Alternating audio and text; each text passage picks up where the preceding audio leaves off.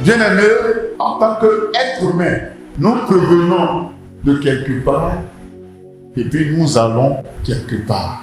Si tu ne sais pas d'où tu viens, tu ne sauras pas où tu vas. Mon thème ce matin est tiré dans le livre de 2 Timothée 4, versets 6 à 8.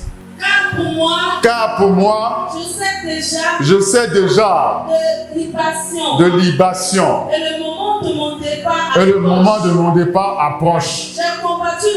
J'ai combattu le bon combat.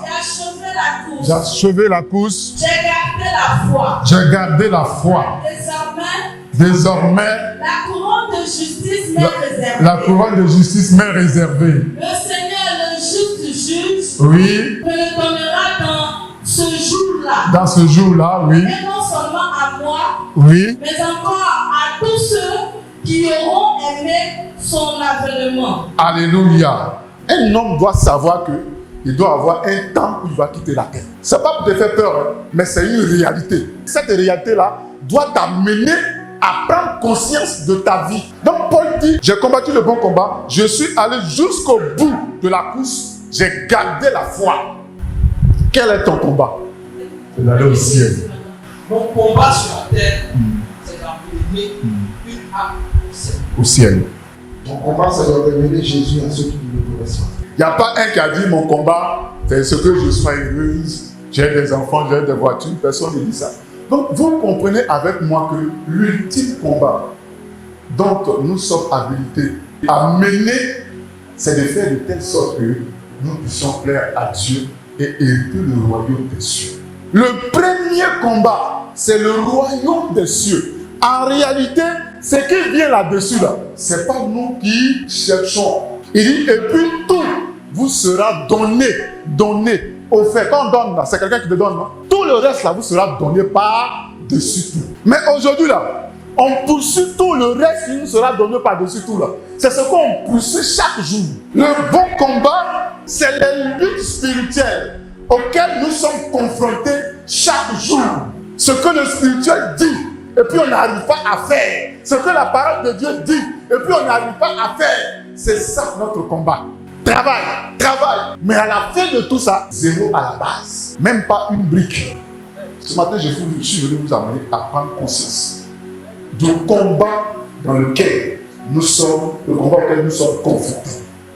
Le combat, c'est ce que le Seigneur nous demande de faire. Et en réalité, il ne sera pas facile à faire. Parce qu'il y a toujours des oppositions. Premièrement, nous avons une mission que Dieu nous a donnée. Beaucoup de démons nous chosifient, nous donnent l'impression que ces démons-là ne peuvent pas nous quitter.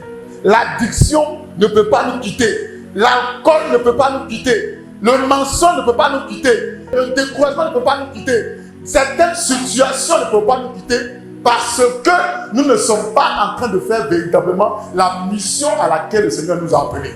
Jésus nous dit il dit à ses disciples que parce que vous êtes allés faire la mission, pendant que vous étiez en mission en train de travailler, moi-même, je voyais ces démons-là, je voyais ces obstacles-là, je voyais ces voiles-là, je voyais ces péchés-là, je voyais ces choses négatives-là, je voyais la pauvreté, je voyais la maladie, je voyais le manquement dans ta vie, je voyais la stérilité dans ta vie, je voyais le chômage chronique dans ta vie, je voyais toutes ces choses-là s'écrouler. Mais en réalité, Jésus va mettre un mais dessus. Parce que vous invoquez mon nom, ils vont dégager. Mais une chose est certaine, c'est que moi m'importe Jésus. Cependant, ne vous réjouissez pas de ce que les esprits vous sont soumis, mais réjouissez-vous de ce que vos noms sont écrits dans le livre de vie. Maintenant que vous avez les fruits de Dieu en vous, vous vivez pour la sainteté et pour la fin de la vie éternelle. Et par conséquent, ce que vous devez hériter, c'est le royaume de Dieu, la vie éternelle. Alors, contrairement à la vie éternelle, si tu n'as pas été affranchi du péché et que tu es toujours accablé par le péché, tu es dans le monde, tu vas où? À l'enfer, dans la mort. Voici pourquoi toi et moi nous devons comprendre que notre vie là, c'est pas une vie par hasard. C'est pas une vie qui nous a été donnée pour figurer.